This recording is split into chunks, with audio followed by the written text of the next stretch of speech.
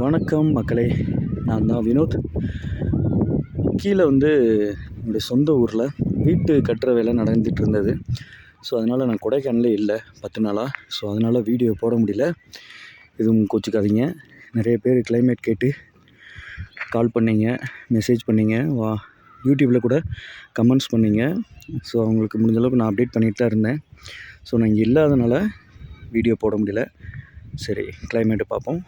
கொடைக்கானலில் ஒரு 2-3 டேஸாக இந்த மாதிரி தான் கிளைமேட் இருக்குது. மழை கிடையாது.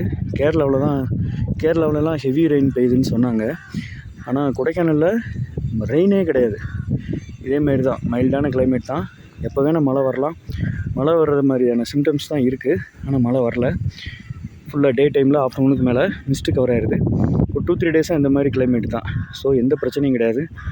இப்போ வத்தலகுண்டிலேருந்து கொடைக்கானல் வர்ற வழியில் பண்ணைக்காடு பிரிவு தாண்டி 2 இடத்துல ரோடு வேலை நடக்குது, தோண்டி போட்டு வச்சுருந்தாங்க. ஸோ அதை மட்டும் பார்த்துக்கோங்க. அப்புறம் மரம்லாம் ஒரு 2-3 இடத்துல விழுந்துருக்கு, இந்த காற்றுக்கும் மழைக்கும். ஒரு 2-3 டேஸ்க்கு முன்னாடி.